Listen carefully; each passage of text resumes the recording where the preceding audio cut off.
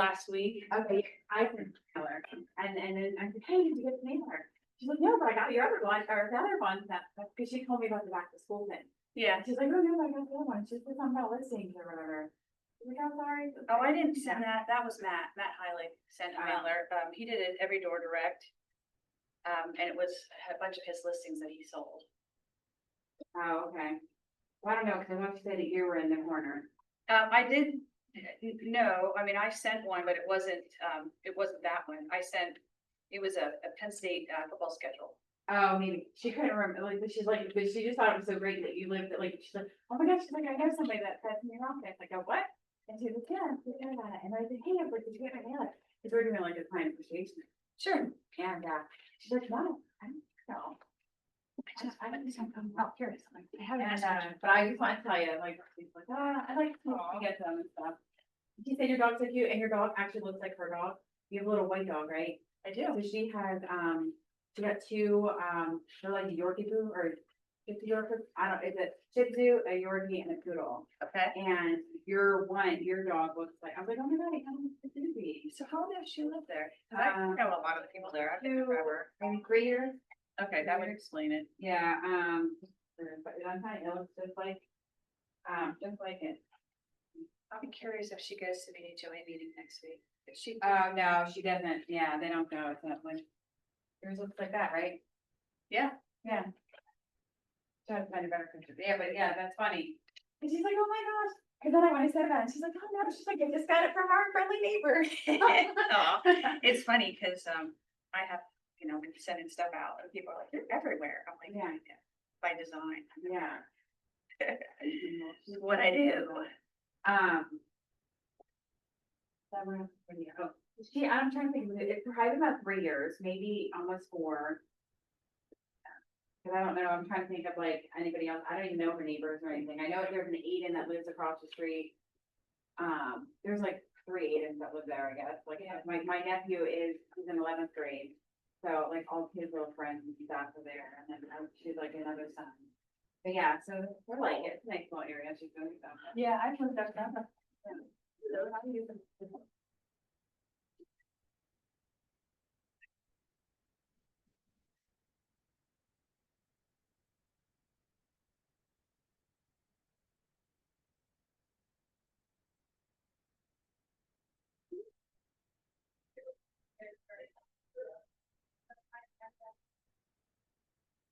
Are you able to print? Yeah. We did print from here. Did you print from me? Yeah. My print, mine doesn't work. You got the app on? That's, Yeah, I'm like, I don't know. you're gonna have to get a whole Scott Roy. I had to stop working. Oh, okay. They're just, I don't know, this printer and the setup of it is just. It was the other people, it wasn't the Scott. It was the paper cut people. That's who you were contacting. Yeah. I have to contact myself, but every time I come, it never works.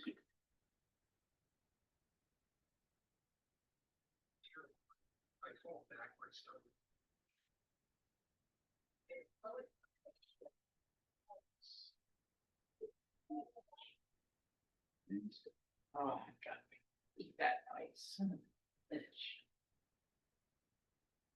That's why it makes it. I'm talking with somebody who's got a cleaning business, and I got her contact and whatnot, and Lee just told me about this affiliate mix and mingle. I'm like, when is that? She's like, it's tomorrow. I'm like, I missed that, and it is here in Monday morning update email. But it's tomorrow from 4 to 6. This is like my last day of every Wednesday I have a 9-hole golf week. Yeah. And of course it's during that. Of course, I guess I could get her to come, but I'd sure like to be there.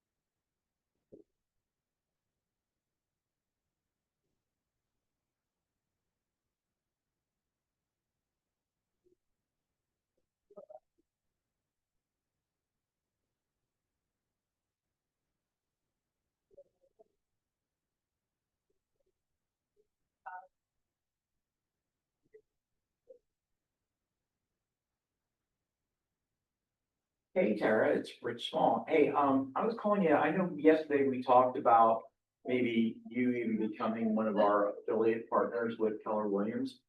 And I didn't realize it, I got a message yesterday, about an affiliate mix and mingle that we're having at our office, tomorrow, from 4 to 6 p.m. So naturally, I thought about you.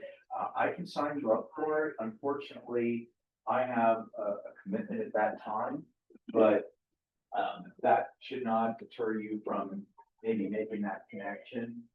It would be a good thing for you because right now we have no affiliate partners that offer cleaning service. So, hey, when you get a chance, give me a shout and I can sign you up for it if you'd like. But I'll send you a screenshot through text just so you see the date. All right, great one. Bye.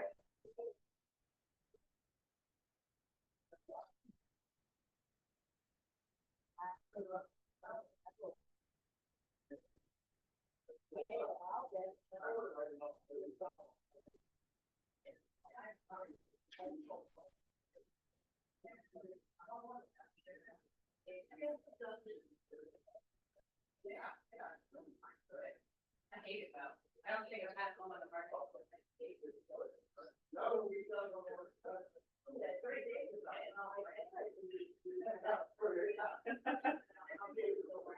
days.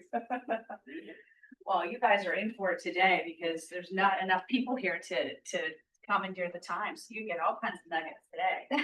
You show up, you get more nuggets. I love right? We like nuggets. I know you do. I'm always looking to see who shows up for things. So there's a couple people just pull parking lots, some people in here too.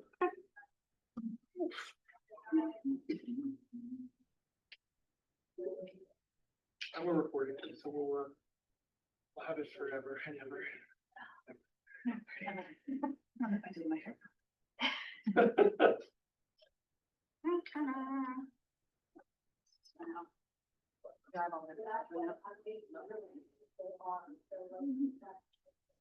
I like it.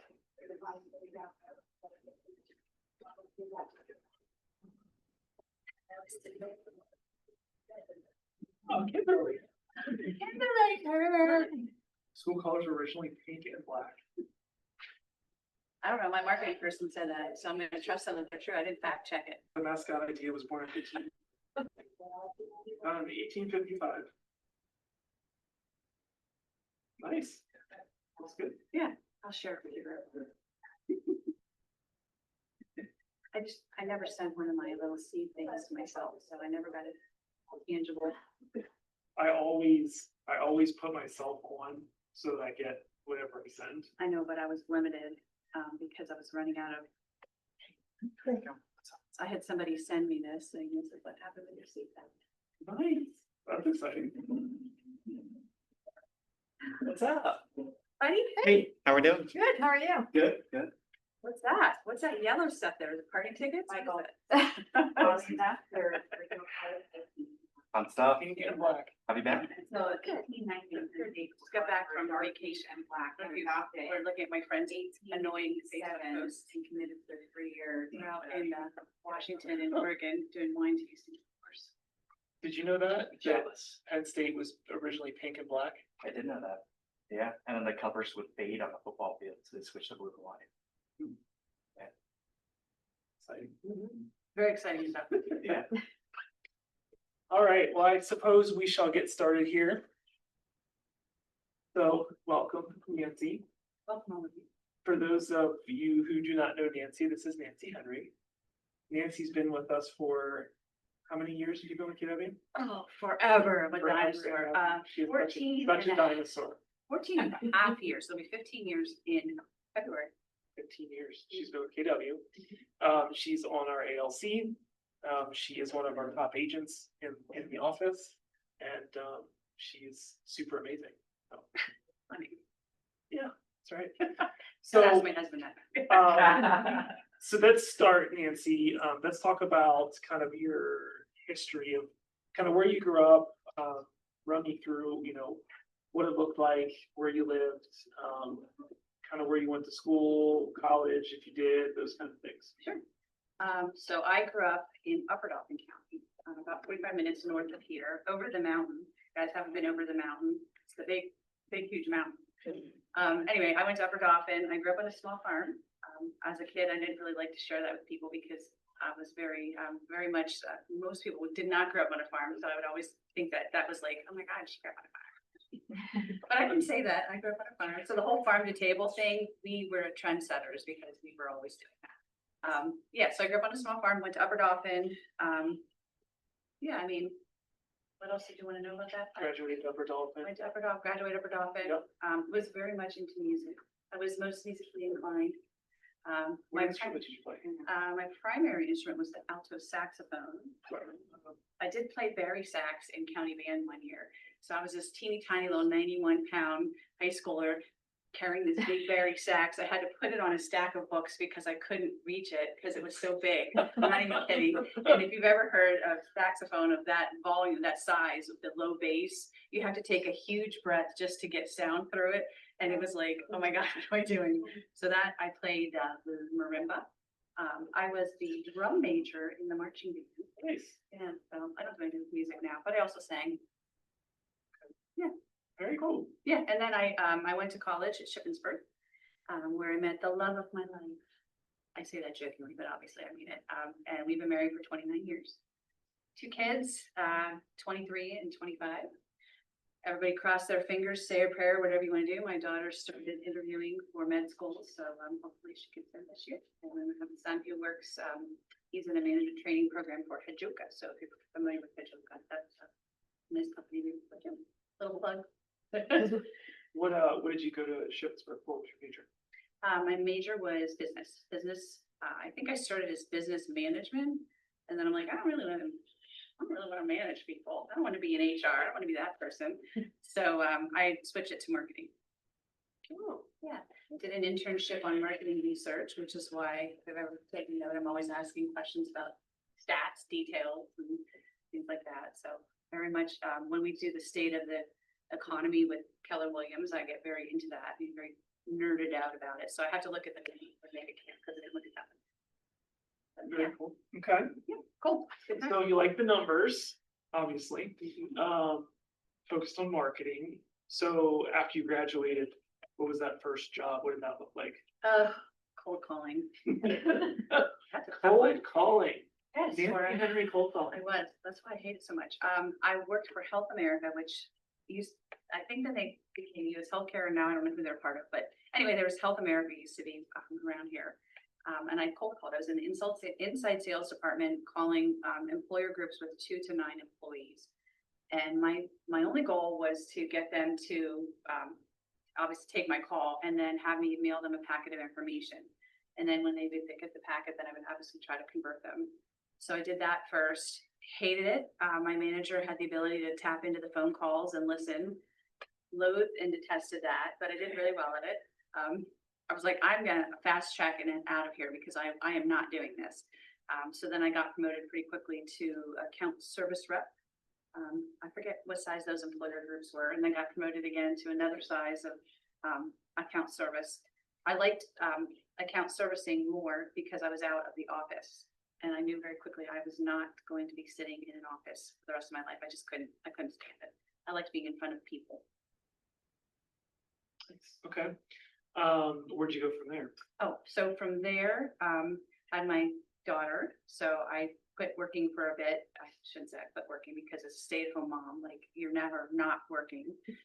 So when I did that, then I jumped into, just to stay connected and keep my resume going, I did work for my church, did a lot of marketing for them. And then from there, then I had my son. When my son was in school full time, then I decided it was time to go back to work. So I worked for my brother-in-law at, I don't think this company is around anymore. It was Alloy Media and Marketing. My plan was to move to New York City and work in an advertising firm. I didn't want to live there forever. I just wanted to live there for a little bit. And when I met my husband, he was like, yeah, I'm not living in the city. All right, whatever. So I like you more than that idea. So anyway, this company actually was based in New York. So I got to go there one time. I hated the job. Loved my brother-in-law, hated the job. And I got laid off from there right before school was out. So my kids didn't go into daycare because it was going to eat up my entire paycheck. So that was cool. From there, I went into a company called Insight Sales and Marketing, where I was working with builders, and my job was to go in and basically be a consultant for them, help them set up websites. I trained their sales staff on how to sell new construction, and I had never done that, but I had always been in sales, so I was like, okay, why not? And that's did the parade of homes. I was in charge of the parade of homes for a year. Unfortunately, that didn't pan out so well. Thanks, Stephanie. The person I worked for was a little shady, ended up embezzling all the money that we were paid for the parade of homes. Oh, I think I remember reading about that. Yeah. So I was out there getting all these contracts, and I had some really good friends who set me up with their, like at Wing 104, for example. I had someone set me up with my brother's friend, and then I had to call my brother and go, guess what? There's no money. The guy took all the money. Paid me my commission, and as I'm leaving, he's like, let's meet at a coffee shop. I'm like, okay. Gives me my check as I'm driving away. He's like, I'll give you $100 if you don't cash that check. I go, you have 4 days, and then I'm cashing it. And I did. And I didn't get $100. But yeah, that was Interest times 20 years. so anyway, never got that. But so basically that didn't work out. But I had worked for a lot of local builders. That's where I wanted to go. So Yeah. I don't go too fast Yeah, with this, yeah. but like, tell me some of the local builders you worked with and what kind of relationships you had. Yeah. Right, because this obviously is important to where you are today. Oh, absolutely. So I had worked with Hubbard Homes, which they're not around anymore. I worked with Naughton Homes. I had they had me on retainer there, so they were the ones I worked with the most closely. Dabbled a little bit with some of the other builders after working at doing the parade of homes, because a lot of the builders would obviously have a home in the parade, so then I'd have to contact them. Did a little tiny bit with Farinelli. He had somebody call him about the MTV Cribs thing. He's like, can you handle this for me? That was kind of cool, but it never panned out. Interesting fact, I taught a class on social media to the Harrisburg Builders Association. And I had somebody who was not very happy with my presentation because she thought I was going to teach her what to do. And it was so brand new at that point. And I was just talking about what it is and what it's not. And I went into detail, like if you're going to buy, now keep in mind, this was over 15 years ago. Like if you want to buy a pair of shoes, you're not going to buy them off Facebook. You're going to go to the website.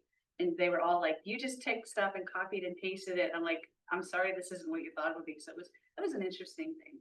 But yeah, you never get 100% satisfaction in presentation. So hopefully I don't offend anybody here today. You're not good at it. Yeah. You're 100% today. Yeah. And with that, so when I worked specifically with Naughton Homes, I would train their realtors. That's where I specifically trained the realtors. You may have heard of some of the realtors I trained, Adrian Smith, John Loftus, if you guys remember John. Some of the other people I trained. Those are the two John used to be at Keller for those who don't know him. But when the company folded, the first thing that happened was Vicki Shannon at McNaught Homes reached out to me, and she's like, I'll give you a spot in Amber Fields if you go get your real estate license. She's like, I want you to continue this, even though that was a bad situation with what happened. I was like, Well, the amount of knowledge that you gained, if you were literally teaching real estate agents about new construction, right? Yeah. And teaching them what to look for, and what to do, and how to operate. I mean, it's a no-brainer that somebody would want to scarf you up and put you in a new construction community. Yeah, I mean, I thought so, and, you know, it was at a time when the market was, new construction sales were not doing well. It was right before the bubble burst, and after the bubble burst, So we're talking 2007, 2006. yeah, and then after the bubble burst, they didn't want anybody to be, that there was no market for my job at that point, because they didn't have the money, they didn't have the sales. And they were going back, so builders often go from having their own staff to hiring realtors, and they were making the transition of hiring, at that point, their staff, which then they waffled back to realtors. Regardless, I had kind of pinned that conversation with Vicky, and I was like, okay. And then I was just kind of doing some soul searching. What do I want to do? I love to bake. Not a chef like you. And I was like, okay, you know what? Maybe I can find a business, because I always had an interest in owning a business. And there was an advertisement for a coffee shop, and it didn't provide much information, because that's what commercial listings typically do. They want you to make a call. So I called Adrian. I said, Adrian, can you get some information for this listing for me and give me some, you know, whatever. Adrian's like, what are you doing? He's like, why are you not selling real estate? He's like, why don't you get your license and come to KW? And I was like, you're the second person that said this to me. Maybe I'll check into it. So I did, and here I am. The first time, actually, the very first time I came here was to work with Patrick, because I was trying, if you know Patrick, you guys are Patrick. I was in my other sales role, I was trying to go to real estate firms and get some of their business. And I forget what I was even trying to work with Patrick on, and that stupid median, that's when you pull in here, that thing that everybody hits. I'm not paying attention. I ran over You it. did it. Not only did I hit it, I popped a tire. And I'm like, I had some expletives, I won't share them now, it's being recorded. I parked at the end of the parking lot, called my husband. I said, I need you to come change a tire for me while I go inside and do a sales call. So he did. He comes in, I saw him, like, because Patrick's back was to the window. I see my husband pull in, change a tire, leave, and I'm like, beep, beep, beep, beep, beep. Yeah, and so anyway, so here I am here today. So what, I mean, obviously you made the decision to do real estate, but I know Adrian obviously bugged you about it, but like, what, were you scared? Were you excited? Is this the right, were you questioning what you were doing? Like, what did that look like? So what was appealing to me is the freedom, which was also terrifying to me. And if that doesn't terrify you, then rethink your business, because the flexibility is great and the flexibility is terrifying, because you're in charge of your schedule and what you do. So for me, it made sense because I did still have my kids at home, and they were in elementary school at this point. And I was like, this would be a great opportunity for me to be able to be with my kids and still work. And I was in a position where I had the time during the day, of course, when they were at school, and I was like, I think this makes sense. Fast forward to my first sales meeting here, sitting in my sales meeting, and at that point we were downstairs doing our sales meetings in the church. There was, I don't know if the church is still there, so we would sit in the church for the sales meeting, and people would stand up and talk, and like we do at our sales meeting, and I'm sitting in the back of the room, and I'm going, oh my God, I don't belong here. I'm like, I can't do this. Like they know way more than I know about real estate. And I'm sitting there going, okay, all right. And I literally remember going, you have a choice. You know, you're sitting here, you're a newbie. You can either figure it out or you can't. Like, what do you want? And I'm like, I'm not going through that soul searching again. I am not doing that. We're going to make this work. So, yeah, So what were some of the things, once you got your license, what were some of your focuses? Like what did you focus on, right? You're brand new to real estate. You don't have any clients. I mean, obviously you have new construction experience. You were in new construction at a subdivision, which were you able to sell? I actually didn't go. You didn't go there? No, because I didn't have my eyes on that builder. I had my eyes on him. Okay. Which we'll talk about. So you're brand new, have your license, you're sitting downstairs in a sales meeting, you're scared, kind of wondering if this is the right thing. You realize you're gonna make it work.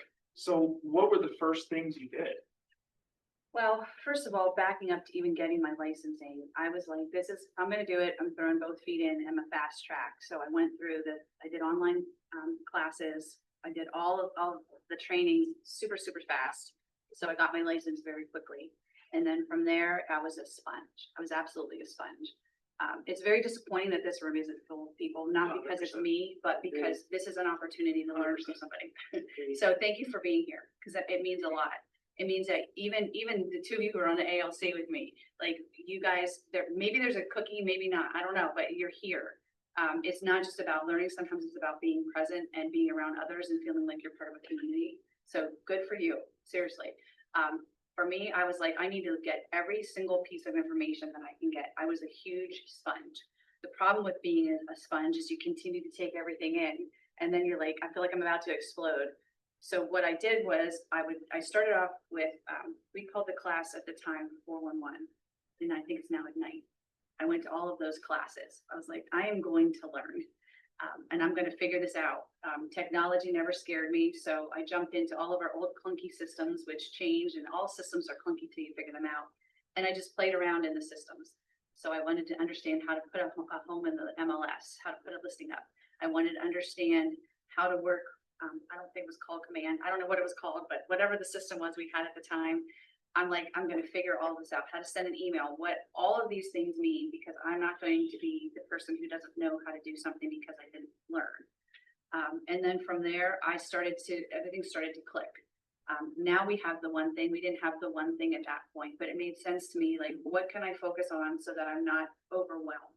Because when you come to all the classes, you start to feel like I can't do all of this stuff. There's no way I can do all of it, and you can't. I'm just going to tell you right now, you can't. So you have to figure out what works for you. The first thing I did was I sent a letter to everybody telling them I was in real estate. That was like everybody who I could think of got a letter. Every conversation I had, I continued to tell people what I did, but not in a salesy way. Do you have a house to sell? Do you have somebody who wants to buy a home? It was just, hey, guess what I'm doing now? And from that point, I find a way, and I still do this to this day, to figure out how to bring real estate into almost every conversation with people when I'm not sitting around the family. I mean, we do talk about real estate at the dinner table, but I'm talking like when you're in groups of people, bring up the conversation, because so many leads came to me because they're, oh, you're a realtor sitting at a baseball game, sitting at a dance recital, maybe not at the recital, but leading up to the recital. When I sit in the launch class, and I talk about the GPS. With those students, I always say, don't be a secret agent, right? Because there's way too many people that don't even do the very first thing you said was I sent letters to everyone that I know, right? There's a lot of people that don't even do that. So I urge you, if you're newer, some of you in this room, and you haven't done that, do that. Do it. Send the letters out. Let people know. You have to be out there. You have to be putting yourself out there. You have to have the conversations. You have to let everyone know that you're in real estate and what you're doing. It doesn't have to be salesy. Yeah. Don't make it salesy. And my first breakout year, I think that was year 3 or 4, I did 8 million that year. And I was, Wait, hold on. I want you guys to listen to that. Year 3 of being in real estate. 3 or 4. 3 or 4, whatever. Year 3 or 4, you did how much? 8 million. 8 million. And it knocked my socks off. And that's 8 million in 2009, 10, 11, Yeah, probably, right? I have to go back and check what year would be it. It was like, it took, Probably the equivalent of like 12 or 13 million now. I mean, it literally took my breath away because we didn't have all the technology that we have now. We did have technology. It wasn't that dark of a dark age, but, You mean you didn't have MLS books back then? yeah, we didn't have MLS books back then, but it was just me. I didn't have a transaction coordinator. It was all 100% me doing everything. And I'm kind of a nut about paperwork. I want to be compliant. I'm not trying to get, fined. So it was me, and I'm also trying to be a mom and be active in all that my kids do and be a good wife and fill in all the other blanks. And I'm like, I remember being on vacation. I think we were in Yellowstone that year. And I remember going like, oh my God, I got to walk away from this business for a week. What am I going to do? Like, I would wake up in the middle of the night, like, oh my God, what am I going to do? What am I going to do? It was a lot. I wasn't prepared for that. I mean, I guess it wasn't, what does my coach always say? That's a quantity problem. So, yeah, that was tough. And I learned very quickly, I didn't have the systems in place to do what I could do. So I reeled it back. I'm stupid nun. So. You identify. Yeah. you identified an opportunity, reel it back, and, you know, we'll dive deeper into those things, but let's go back to your first, your second, your third year.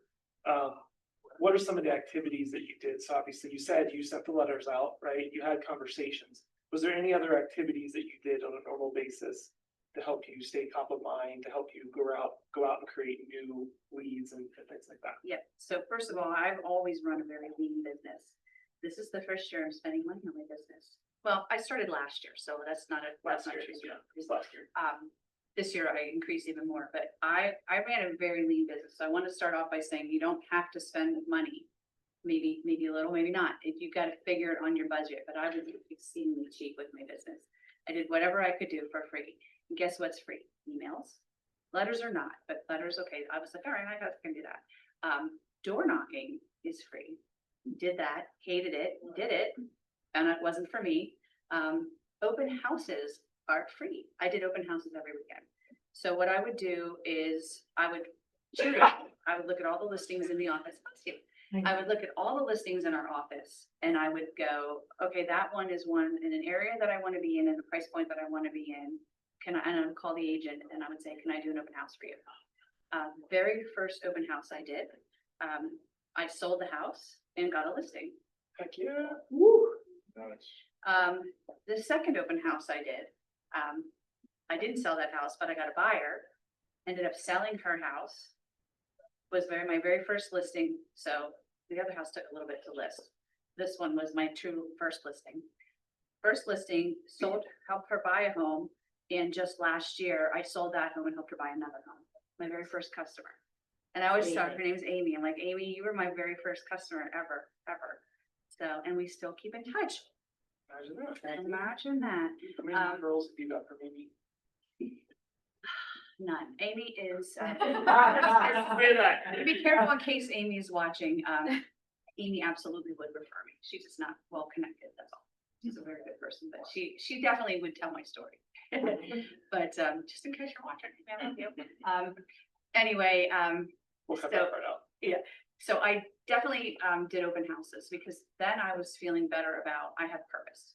I'm meeting people. I'm getting buyer leads. Wow, imagine that. You go to an open house and you get a lead. I would also, then I did the whole like knock on the doors before I would do an open house. Hated that.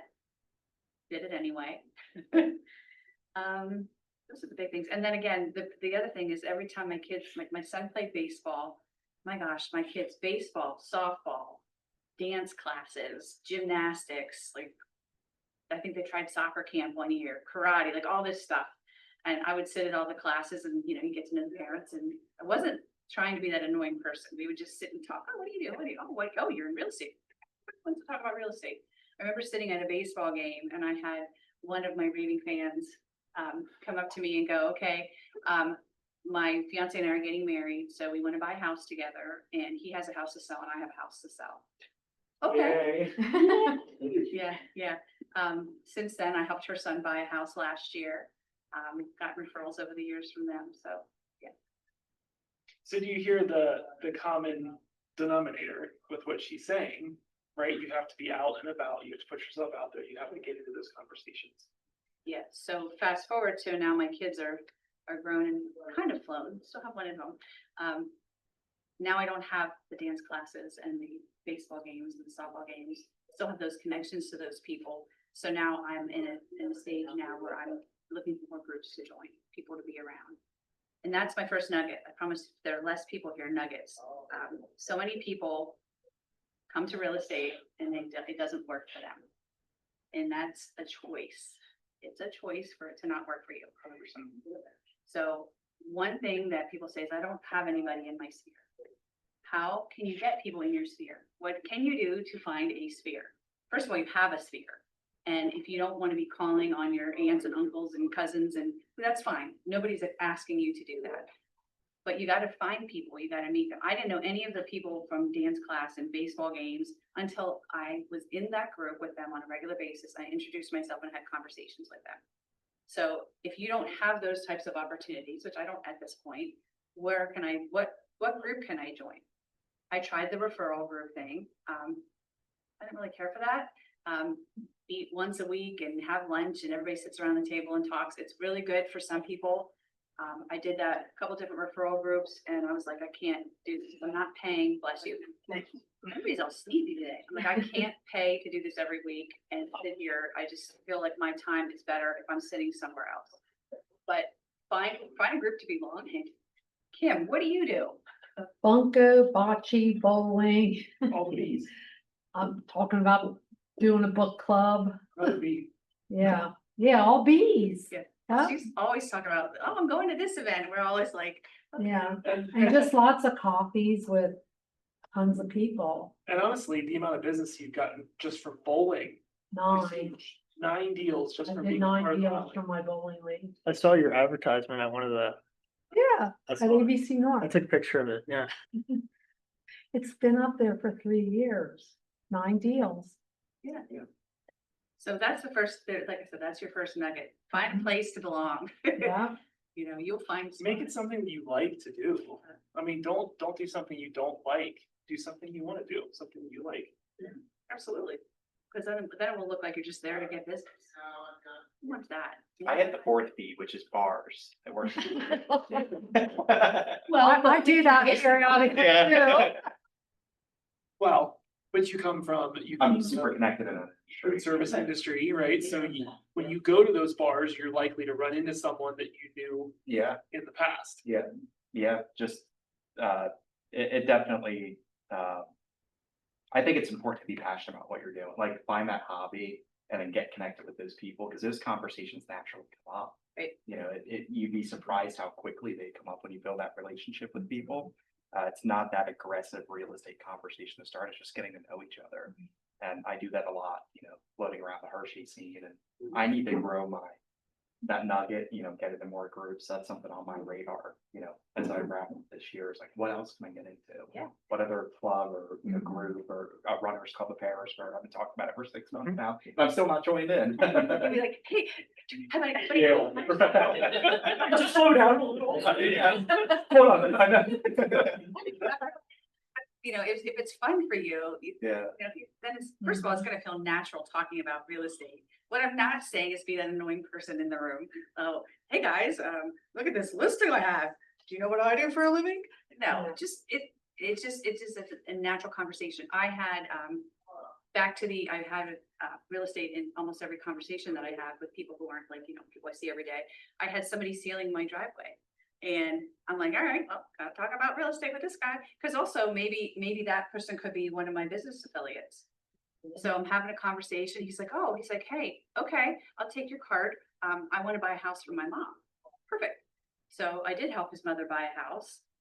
And then I got a call from his daughter, and his daughter's like, hey, can you sell our house and help us find another one? Absolutely. So now that same customer, I'm helping them build I don't know, $800,000 or $900,000 home right now, and then I'm going to sell their home at the end of this year. So it's 4 deals. 5. So that's 5 deals off of one conversation. One conversation. That's all it was. She talked to the guy when they were stealing her driveway. You never know. And I use the example a lot. Some of you've heard this before, but when I get into real estate, I sat in an office and I answered the phone, and whatever leads came in, I got to keep.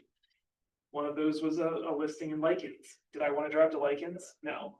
When I got there, did I want to take the listing? No, because it was $100,000 falling down piece of junk.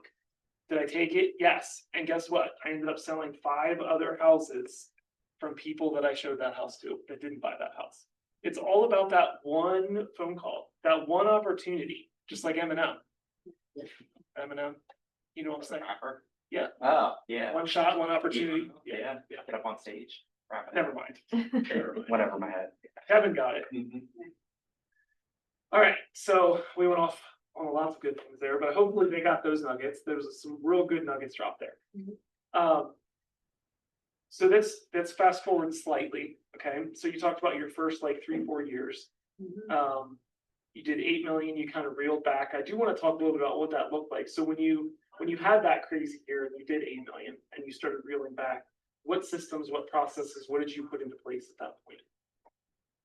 Nothing. there's your first flaw. I did nothing. I didn't put any systems in place because I didn't have systems. So if there's anything that you take away from today, highlight it, bold it, get a system. But the point is, we're getting there. there. So I didn't have a system. It was very organic the way I got that business that year. That may have been the year that I had the baseball game where, you know, they were 77 transactions from that one person. But I didn't have a system in place. My system was always me telling my story. So that has never changed.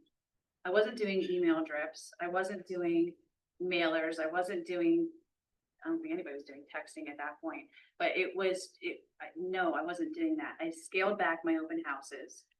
It was a lot, but I was also doing new construction at that point too. So that balanced my resale. So I always wanted to keep my resale higher than my new construction, but it would supplement it. And I always knew I had that to lean on. So maybe I had an excuse. I don't know. Yeah. So basically I always capped after the first year capping. And I don't know if it was my second or third year that I capped, but I've never not capped from that point. So it always worked out, always. And I always kind of felt like I was holding myself back. I knew that. And it was by design, because after that 8 million year, I'm like, I'm not present. Like, I'm not present in my family.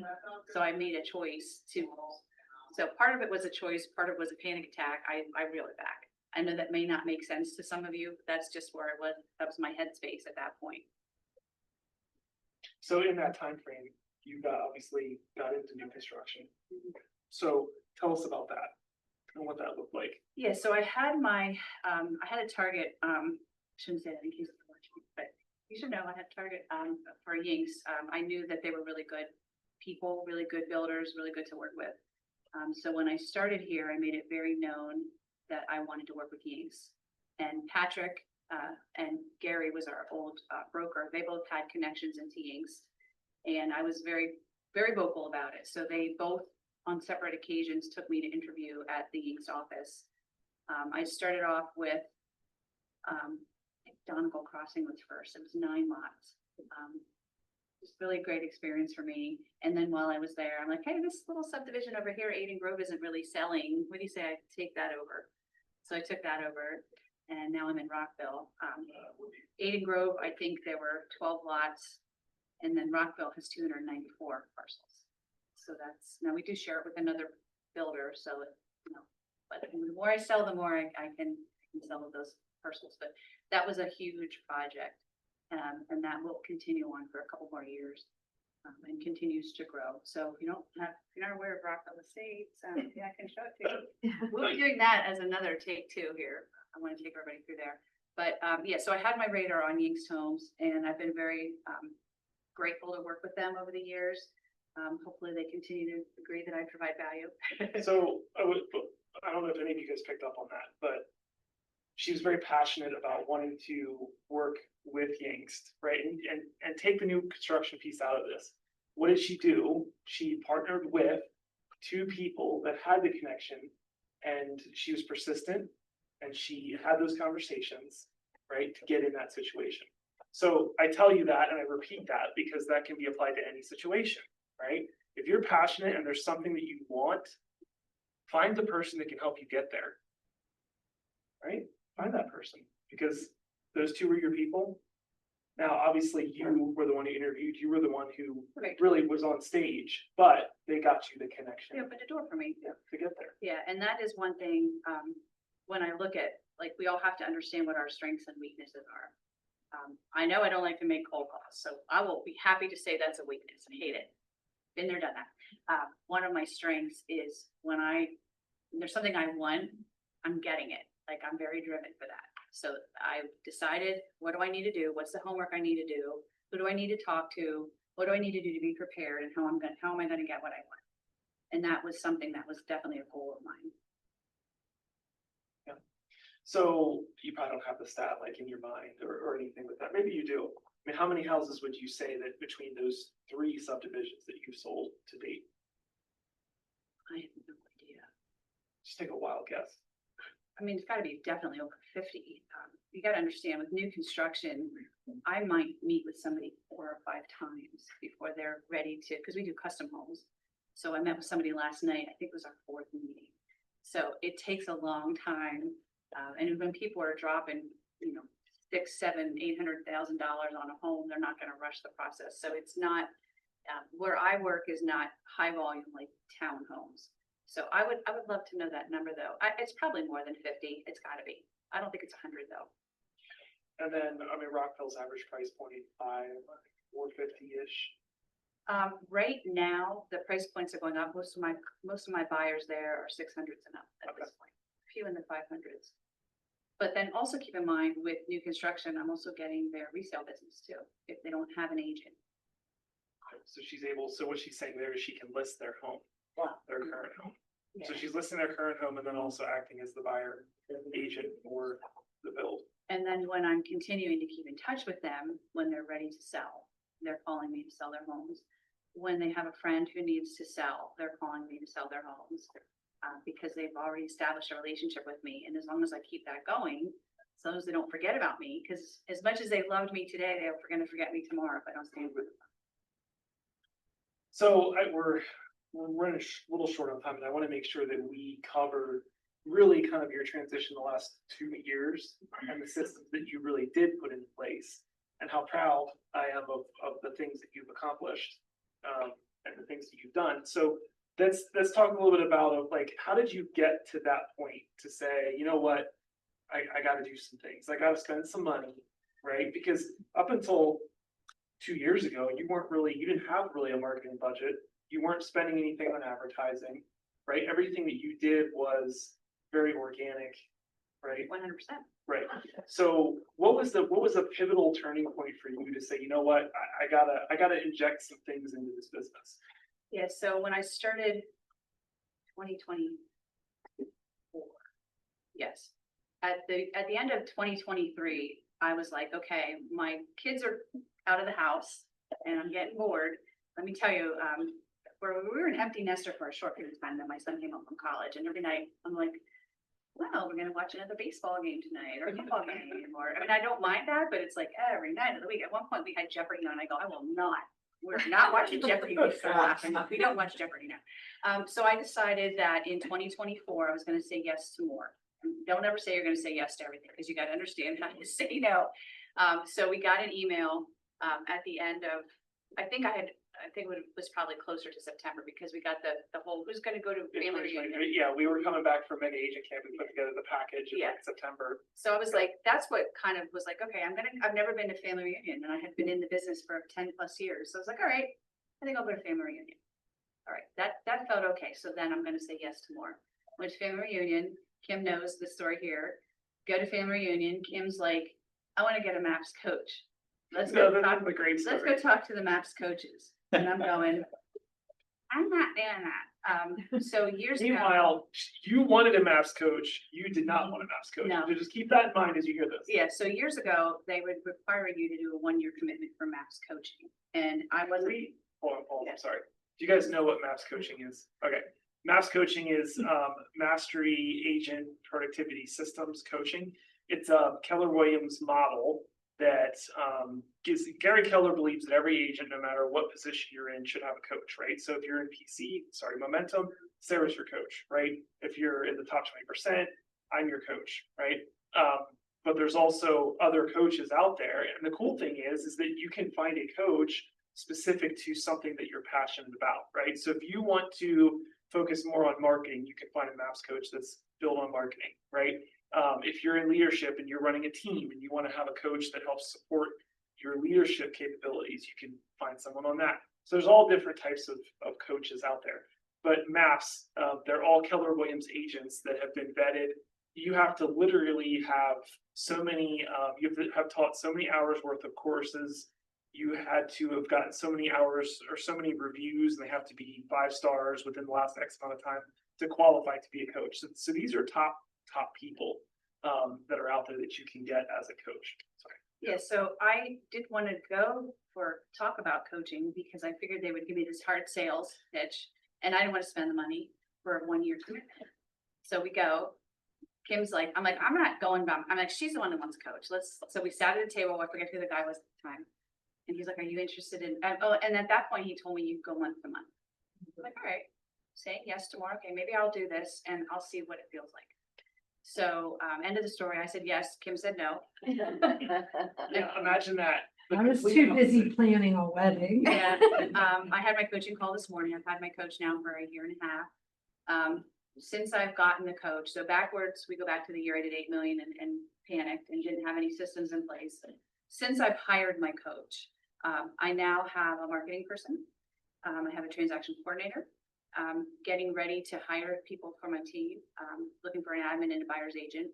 I have monthly email newsletters that go out to my sphere, monthly email newsletters that go out to everybody in my subdivision, monthly newsletters that you should have all got from me as realtors for my subdivision. I send out quarterly mailings, which we can all kind of look at that if you like.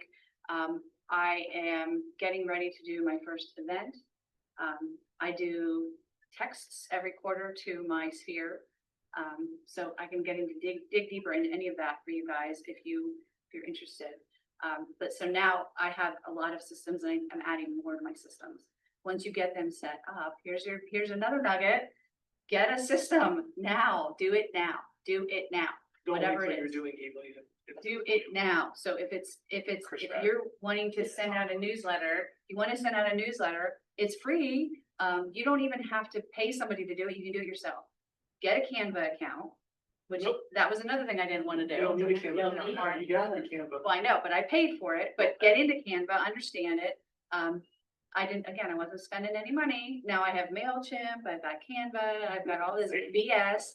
But anyway, get a routine. So my newsletter looks the same every month in that it's the same format. Like when you get a newspaper, when people used to get newspapers, and you can tell, okay, this was the New York Times because of whatever. So, and it has buckets, 3 or 4 buckets, and there's always the same buckets every month. It's just what goes in the bucket. So there's a real estate bucket. There's a holiday / seasonal bucket. So if we know the 4th of July is coming up, we're going to talk about the 4th of July. Maybe it's the Super Bowl month, so we're going to talk about the Super Bowl. There's always an area for referrals, of course. There's always a small business focus, local small business focus every month. So it's who are we featuring this month and what holiday is coming up? And do we want to do a recipe or whatever? And we have to obviously throw in some real estate. So that's every month, make it easy, make it easier on yourself. Mailings, I just want to do mailings quarterly. So this mailer that I showed you is a Penn State football schedule. My marketing person made this for me. And then on the back, this is a little salesy. They're not always salesy. The goal was, if you like Penn State, hopefully you'll keep the calendar. So Hang it on your fridge. hang it on your fridge. That's the goal. Yeah. Little facts about Penn State and then little quirky, fun language about being on a real estate team.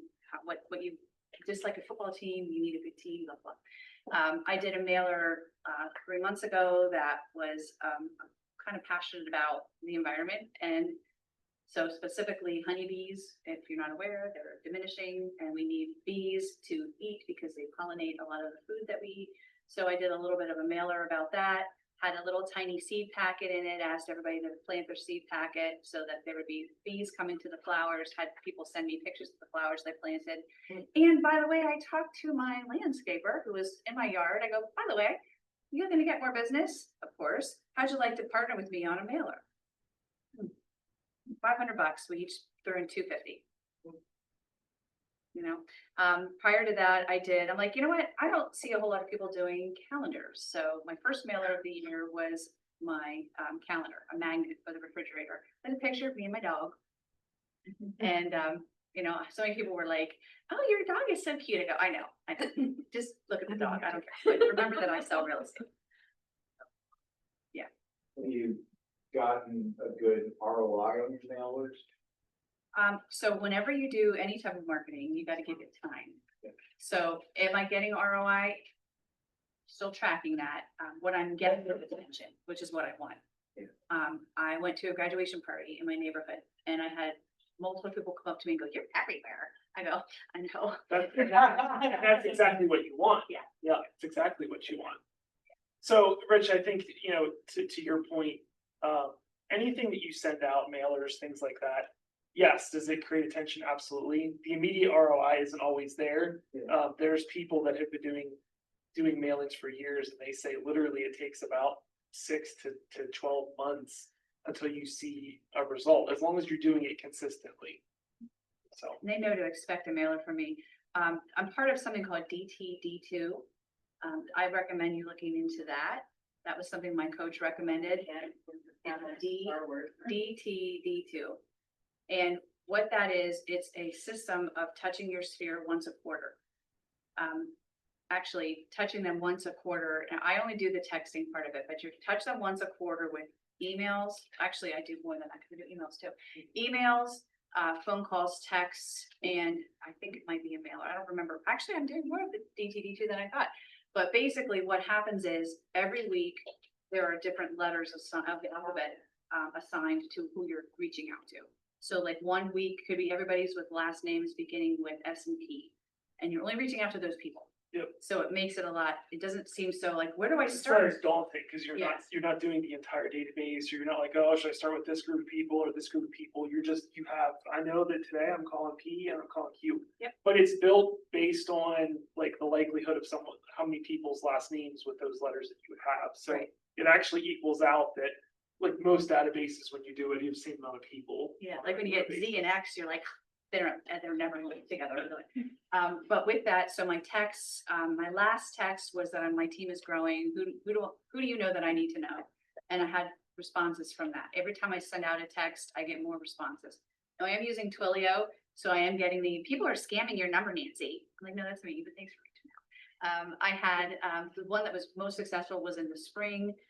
It's spring is here, home improvement projects. Hit me up if you need to know who, painter, landscape or whatever. I had a lot of people asking me, find me a gutter guard person and who can hang shelves. That's a great easy one. Like literally just send out a mailer, send out a text, asking if they need any contractor recommendations. And then with that, with your contractors, take advantage of their not take advantage of them, but take advantage of their services and think of them as partners with you. So you can see where I've grown. I am now throwing stuff out, and I know you guys are probably like, just remember, I started here and I worked to here, and I went little steps along the way.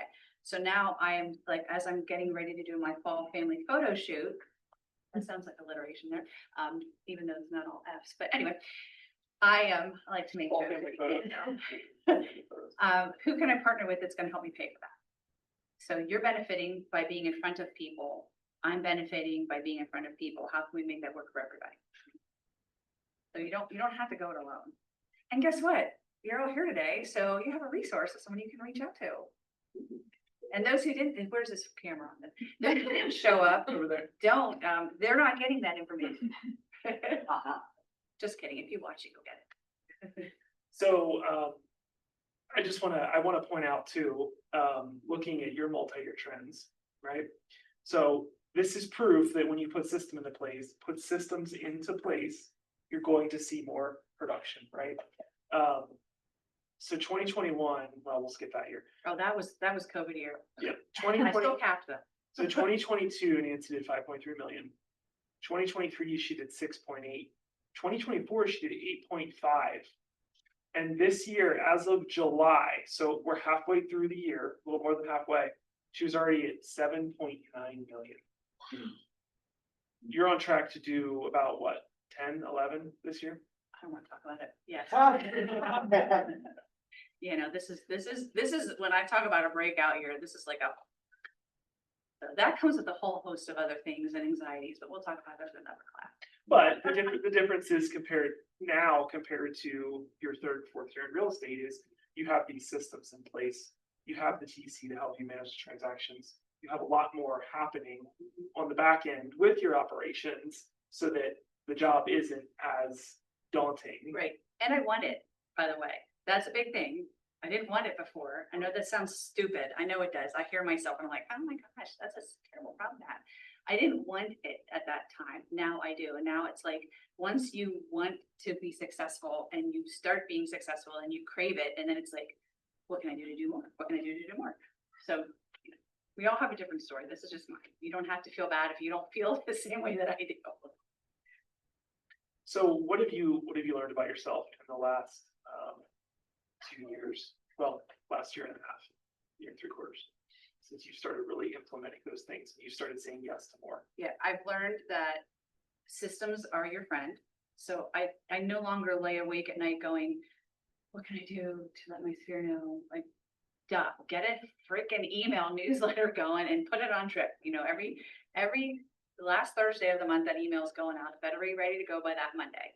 Start planning it the first week, be done with it by the end of the month. So that's this type of stuff that I think about, having that system, keeping it in place, and then adding to it as you go. Did I Well, answer your if you, question? yes, 100%. And if you were here last Tuesday, you would have heard Jeremy, and I guess that was 2 Tuesdays ago. You would have heard Jeremy talk about how you can use command to do newsletters absolutely free, right? So take advantage of these things, right? You guys, you have to start somewhere. Yes, we're not at the level that Nancy is, right? But you have to start somewhere. So start now, start those things, have the processes built, even though you're the one to do it now.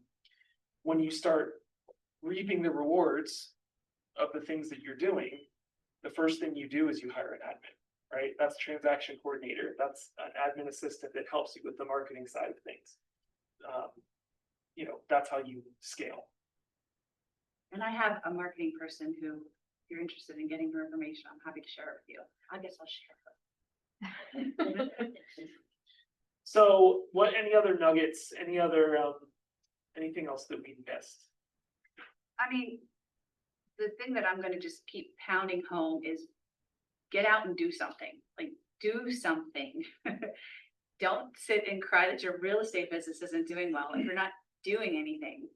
And don't expect, because you send an email once a month, that you're gonna get all these leads, or that you send a letter, you're gonna get all these And leads. honestly, that's usually what we see, right? We see people get all excited after a class like this. They're like, oh, I'm gonna go out and start sending a newsletter. I'm gonna go out and start doing postcards. And then what happens is you do it once or twice, you get nothing out of it, and you quit. You have to be consistent, but you have to do it on a regular basis for a period of time. It's time over task equals, it's time over task.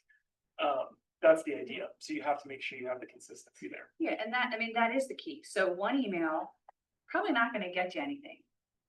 12 a year, I would expect that you're gonna get some leads from that. Oh, and then what if you threw something else on top of that? Like, what if you put something in the mail? Okay, so that costs money. I don't have money for that now. Okay. Does a text cost you anything? Does a phone call cost you anything? Does a Facebook message? Does a Facebook message cost you anything? Birthdays. So we've had this conversation in many classes. How many people call you on your birthday? How many people text you on your birthday? And how many people are doing the Facebook happy birthday? So Facebook, you get lost. Texting, you notice that. You notice the texts, and the phone calls, you notice even more. Every time I know it, now I do the text, but I always send some fun little quirky text, and then there's a conversation back and forth. So think about the way that you communicate with your sphere. My sphere, we don't like to talk to each other for some reason. We always text. Yeah, that's not true, but I'm constantly texting my sphere. Hey, I drove by your house the other day. Did you ever put that deck on? Yes. Can you send me a picture of it? You don't even have to be in their neighborhood. Just send them the text, It's all about being social. If you get out of your head that you're being salesy, this is your job. Do your job, period. And you're gonna do well. Okay. I want some takeaways, some ahas. Chris Rad. Oh man, some good stuff in there. I think getting into groups, I think, is a big thing. Just growing your SOI. I'm a predominant SOI based business, so any way I can continue to scale it up and grow that and have more conversations with people, I think is really important. I like DTD2, and I know I'm guilty of my systems. That's one area of my business where I'm really failing, is not having that set up to the highest level possible. So just connecting with that, it's always good to get different perspectives and opinions. So I appreciate your time. It's good. Yeah, I appreciate you sharing. Yeah, thank you. Yeah. Love the new construction. Live in a new construction development. For some reason, it never occurred to me to stop people on the street and say, hey, can we build a relationship? Because there's construction people, there's all kinds of people all the time. Don't know why it never occurred to me, but thank you. Good. So that is big takeaway for me. And if you frame it with, are you looking to grow your business? Would you like more business? Well, if they say no, okay, great. But most of them are gonna say, yeah, I would like to get more business. Right. How can we partner? And a question, sorry, Yeah, go for it. I love the texting that you did, without being salesy, without being, where do you, like, get the ideas for it? So one thing I didn't talk about here today is AI. If you're not into using artificial intelligence, you're dumb. No, I'm just kidding. But, Well, you are. but, and you have to know what it means to use it. So we all get Gemini Pro. We get that for free. Also, you can get Chat GPT for free. That there are limitations if you're not paying for it. I literally go into Chat GPT or into Gemini and say, I would like to send a message to my sphere. And this is the tone that I would like to be. I would like to make it casual, less words. You have to be very specific in what you want, and then it's going to spit something out. And then you're going to go, I like this, but can you make less words? Can you throw in some emojis? Can you this? Can you that? AI, and that's a whole other day, another class, I have is two your, AI classes. yeah. Yeah. that's your partner. Think about you're riding the bicycle and they're sitting in the back seat. They're not taking over humans. They're there to bounce ideas off of all the time. That's what I do. Okay, yeah, I use it too, it just never occurred to me to do it, And the more you asking for use it, texts, Yeah. topics. and the more you use it, the more it gets to know you. So Right. chat will go, Nancy, I know that you like blah, blah, blah, blah, blah kind of style. So I'm going to write it in your preferred way to speak. Right. And then I'll go, okay, great. Today I'm looking for something a little bit more, casual or a little less casual or whatever.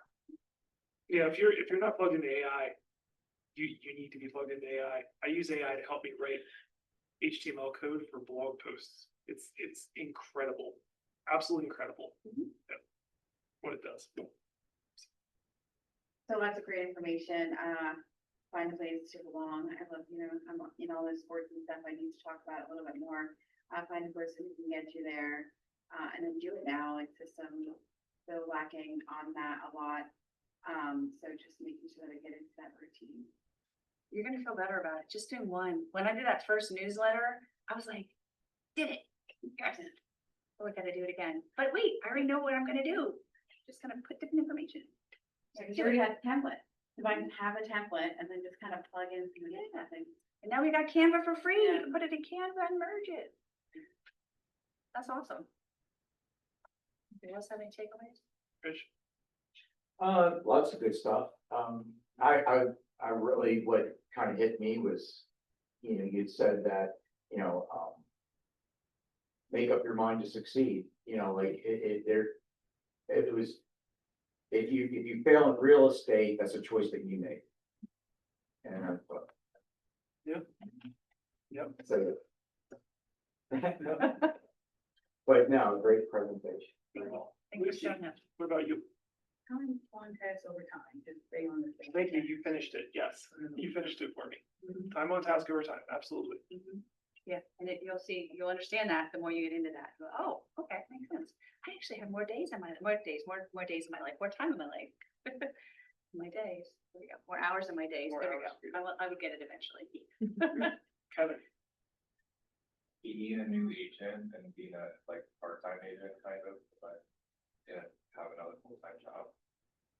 The system's part of it, like setting the systems up now, like I was kind of feeling stuck. Because I don't feel like I can commit to this wholly while being full-time with my full-time job. So setting them up now so I can actually work with them and perfect them as much as I can.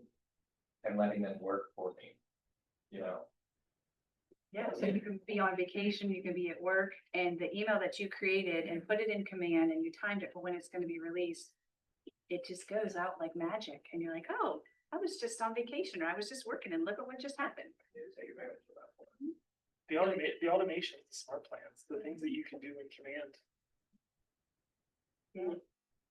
It's the same for me. I've been so busy chasing the leads, making my phone calls every day and all of that, that I don't have my systems where they should be. They're there, they're not completed. I do have some marketing that that comes out every 3 months, so that's taken care of. I don't have to worry about that. And I'm starting to see a little bit from that, but I've been doing that since I started. So it was, somebody said in class, Michael or somebody, and I just started it immediately. I bet you have more systems than you think. I would challenge you to catalog your days. If you're making calls, you're already ahead of me, I mean, everybody. So I bet you have more systems in place than you think. If you catalog it, and then you can start to go, where are the holes and where do I need to fill in?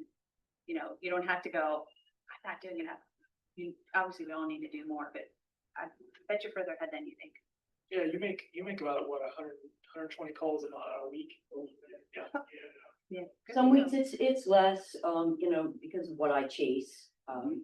It's a little bit different. So like, there's a whole group now that just dropped off of about 70 homes because they went to sale. I chase pre-foreclosures. Got it. That's what I've been doing. Oh, good for you. And yeah, I have, hopefully by the end of today, 5 now. I think the other thing, and she brings up a great point, I think the other thing you guys need to remember is find something that you're passionate about that's different than everybody else, right? You're doing new construction, not a ton of agents do new construction. You're doing pre-foreclosure, there's hardly anyone does that, right? Find something or find an area of the business that you can really focus on. Be hyper-local. If you guys listen to the MRA podcast, the past couple episodes have really just focused on like hyper fixating on something, right? And really pumping into it. Whether that's a community that you're mailing to, whether it's a niche in real estate that you're focused on, right? Just finding that something, go smaller, go bigger in a smaller scale. So great job, Sarah. Kim? I'm dittoing what they all said. I don't have systems set up. We know this. I know you guys know it. I don't. I just keep hearing it over and over and over again. So one thing you also, and I'm gonna pick on Kim, but one thing you have to remember is Kim knows what she needs to do. She just isn't doing it. Mhm. So if you know what you need to do, you gotta do it, Right. right? You just gotta do it. Take action. You get out of it what you put into. Yeah. And just remember, start with one thing. Don't try to do every single thing I talked about today. It took me a while to get where I am today. Start one thing, Start- perfect it. Yeah, and maybe it's, One. maybe it's a text, maybe it's an email, maybe it's the calls. I don't care. It doesn't matter to me. It matters to you. What do you need to do? What do you need to do now? What are you gonna do today? Right, and it just needs to be, what are you gonna do to have more conversations? Yeah. Because that's, conversations are the game. If you're not having more conversations, you're not gonna sell more houses. The conversations always have to be verbal, but how are you gonna create more conversations? And no, I mean it. Like, if you guys ever have anything that you wanna ask me, bounce something off me, absolutely. You can, Nancy's not as scary as she looks. Hey, you have an open house that you need somebody to run? I will, actually. I have one this weekend, or I could do one on my listing this weekend that I dropped another $5,000 yesterday, if anybody wants to do that. I don't care. Yeah, okay. If anybody wants to review this is what I just sent out, while I was on vacation last week. I was getting, I just got a football schedule in the mail from you. That's brilliant. Yeah. That is brilliant. I would ask, do you have you said about a gutter guy, I actually have a client that needs services from a gutter guy. I referred somebody to him, I heard 2 people actually, and the one was like too salesy, tried to sell a new roof, of course, Right. and the other one was just it's beyond his scope, with the scaffolding and everything that would be needed, so I didn't know if you could recommend something like that. Yeah, can you have my contact information, right? I'm sure they do. Can you text me that and your email so that I get that to you? Yeah. I have somebody, because that was a question I had from the person who asked me about that was somebody I stayed on for probably a year. Was a buyer. I don't even remember how I found them. We used to do phone duty at the front desk before we, got automated. I think they may have come through that way, or maybe they came through from new construction. They were going to build with me. That's what it was. Anyway, they were back and forth for about a year, and they ended up finally pulling the trigger on it, help them buy a home, sell the mom's home, and we're always staying in touch now. Yeah, cool. Cool beans. All right, guys.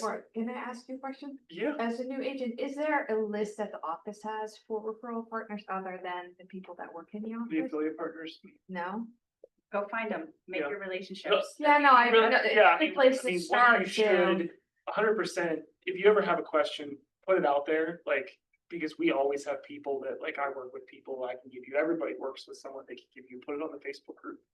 But really what you should do is create your own list. Absolutely. Right. Every agent should have a list of affiliate partners, just like the office does. Yeah. And those are the people that you call on Mhm. and you get business to, but then they're also the people you go back to help you grow your business by helping pump money into the things that Right. you want to do.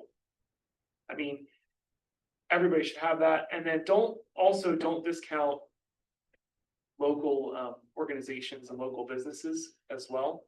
Like when you're sending out mailings, I had a local business that we worked with and got a coupon code, not a coupon code, but an actual coupon for a discount if they shopped at their store, right? And it was something that we put together.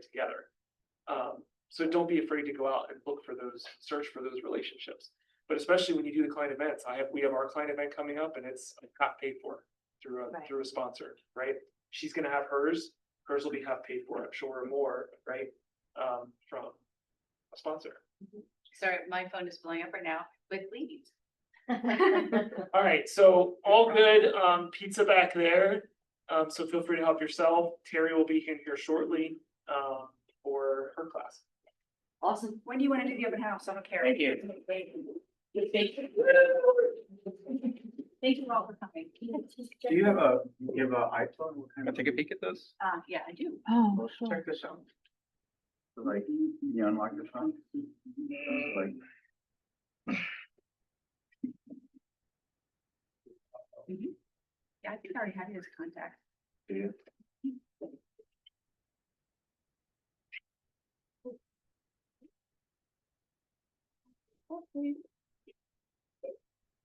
Got you. That's cool. I like that. Yeah, I ran into the situation already where, you know, it's happened more than once, where I'm out and they're like, oh, you got a business card? And I'm like, oh, I just gave away and I forgot to put more in my, and then I'm struggling, you know, and I'm like, this solves that problem. Yeah. So now I always got a card and it's a little bit easier, I think, because you can like, hey, check it out, you know, and people, that way they'll be, all you gotta do is get that, I'm in there, and oh, by the way, if you click that button, send me your information. So that's easy. I asked for their information first, because I want them